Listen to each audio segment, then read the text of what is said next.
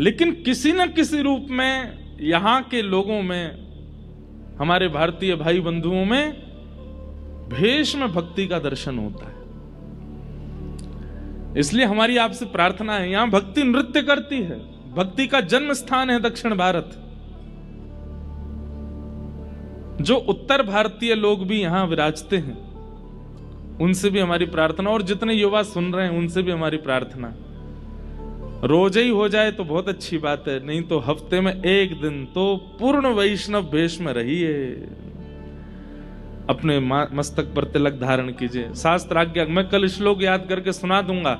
सूना माथा अगर किसी का हम देखते हैं, हम गंगा जी स्नान करके आए, बद्रीनाथ होकर के आए, केदारनाथ होकर के आए, जगन्नाथपुरी होकर के आए, द्वारिकापुरी होकर के आए, इतने सारे पुण्य इकट्ठे करके आए, लेकिन जैसे हम किसी सूने माथे वाले व्यक्ति को देखते हैं तो सूने माथे वाले व्यक्ति को देखने से पुण्य क्षीण होते हैं। सोचिए आप, कितनी बड़ी बात है।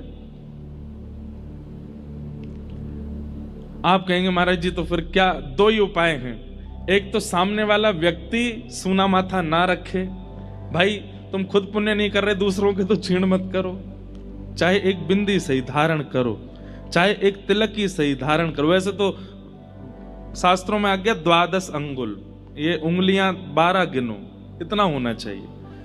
12 नहीं हो तो अष्टांगुल, अष्टांगुल नहीं हो तो 4 अंगुल, 4 अंगुल नहीं हो तो 2 अंगुल, 2 अंगुल नहीं तो 1 अंगुल होना चाहिए। माताओं के सिर पर भी बिंदी आदि कुछ होनी चाहिए।